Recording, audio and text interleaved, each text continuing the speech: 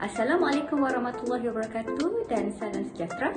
Nama saya Azimah binti Asmadi dan nombor matrik saya 831232. Nama saya Muhammad Iqbal bin Mak Rosdi, nombor matrik 830994. Nama saya Siti Nur Hazikah binti Kasim, nombor matrik 831080. Video ini disediakan bagi kursus SGDT 4013 Technology and Innovation in Education Universiti Utara Malaysia bagi program Diploma Paskasiswazah Pendidikan dan disediakan kepada pensyarah kami iaitu Dr. Azli Yop. Projek inovasi ini dinamakan sebagai Fun Matchmaker, iaitu permainan yang menguji tentang tahap pengetahuan dan kefahaman murid dalam topik penjodoh bilangan melalui permainan. Permainan ini dikhususkan untuk bermain secara dalam talian dan projek ini tertumpu kepada murid tahun 4 bagi sekolah rendah. Seterusnya, mari kita lihat masalah yang dihadapi oleh murid bagi pembelajaran berkaitan topik penjodoh bilangan. Yang pertama, murid dilihat kurang berpengetahuan tentang penjodoh bilangan. Kedua, murid juga dilihat kurang pemahaman tentang penjodoh bilangan. Murid dilihat masih keliru memadangkan penjodoh bilangan dengan betul dan murid juga kurang berminat untuk belajar topik ini. Objektif permainan ini adalah menarik minat murid terhadap topik penjodoh bilangan melalui permainan interaktif, mengenal pasti tahap kefahaman murid mengenai penjodoh bilangan dan menilai keberkesanan kaedah yang diperkenalkan dalam penguasaan topik penjodoh bilangan. Ini merupakan alat yang digunakan dalam permainan Fun Matchmaker.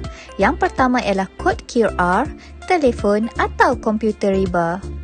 Permainan inovasi ini akan dimainkan secara dalam talian di mana permainan ini boleh dimain secara memaparkan atau berkongsi skrin yang mana membolehkan para murid bermain secara beramai-ramai di dalam kumpulan maupun perseorangan dengan menjawab soalan di dalam permainan tersebut. Sekarang mari kita lihat bagaimana cara untuk bermain Fun Matchmaker ini. Pertama, pemain perlu mengimbas kod QR atau menekan pautan yang tersedia bagi memulakan permainan. Setelah itu, permainan Fun Matchmaker akan bermula di mana pemain akan disediakan dengan soalan-soalan berkaitan penjodoh bilangan.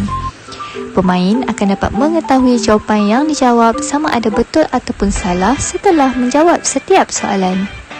Nota penjodoh bilangan juga telah disediakan sebagai penambahan ilmu pada setiap soalan dan jika pemain menjawab dengan salah, pemain akan dapat tahu mengapa jawapan yang diberikan itu salah merujuk kepada nota yang diberikan. Oleh itu, pemain dapat membuat penambahbaikan pada masa akan datang jika diberikan soalan berkaitan penjodoh bilangan di dalam kelas. Setelah pemain menjawab keseluruhan soalan, mereka boleh menuntut hadiah di hujung permainan dengan menekan tebus hadiah. Setelah itu, pemain akan dapat bermain permainan pecah belon. Permainan pecah belon ini mempunyai sebanyak 10 peringkat atau level.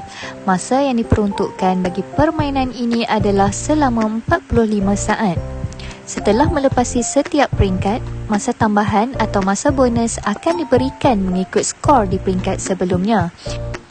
Namun, jika pemain tidak dapat melengkapkan atau memecahkan belon dengan padanan jawapan yang salah atau masa telah pun tamat, permainan akan tamat di peringkat tersebut. Belon juga akan bergerak dengan lebih laju di setiap peringkat. Di akhir permainan, terdapat papan markah di mana pemain dapat membandingkan markah mereka dengan pemain yang lain. Jadi, pemain akan berasa seronok dan terhibur dalam menggunakan permainan ini, terutamanya apabila mereka perlu bersaing antara satu sama lain. Oleh itu, kecekapan dan tahap pengetahuan serta pemahaman pemain dapat diukur pada peringkat mana yang dilepasi serta markah yang diperolehi oleh mereka. Berikut merupakan situasi semasa murid bermain Fun Matchmaker.